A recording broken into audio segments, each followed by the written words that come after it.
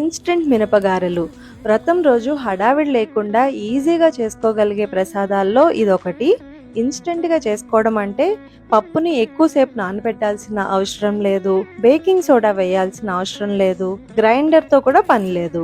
అయినప్పటికీ పైన క్రిస్పీగా లోపల ఎంతో సాఫ్ట్గా రెగ్యులర్గా చేసుకునే గారెల టేస్ట్కి ఏ మాత్రం తగ్గకుండా ఉంటుంది. మరి ఎలా చేసుకోవాలో చూసేద్దాం రండి.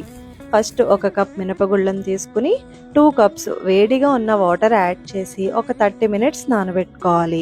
30 మినిట్స్ తర్వాత చూస్తే పప్పు చక్కగా నానిపోయి ఉంటుంది. 2-3 సార్లు శుభ్రంగా కడుక్కుని మిక్సీ జార్లో వేసుకుని తగినంత సాల్ట్, చాలా తక్కువ క్వాంటిటీలో వాటర్ని యాడ్ చేసుకుంటూ మెత్తగా గ్రైండ్ చేసుకోవాలి.